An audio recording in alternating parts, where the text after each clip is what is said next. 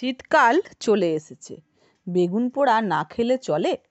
আমরা পাতি বাকড়ি বটি বস, বেগুন পোড়া খেতেই হবে। তো শনি কিংবা রবিবার দিন বেগুন পোড়া কিন্তু মুড়ি খেতে দারুণ লাগে। তো বেগুনের গায়ে অনেকগুলো ছোট ছোট করে গর্ত করে নিয়েছি, রসুনটাকে ছুলে নিলাম ভালো করে। এবারে ওই গর্তের মধ্যে এই রসুনগুলোকে আমি ঢুকিয়ে নেব।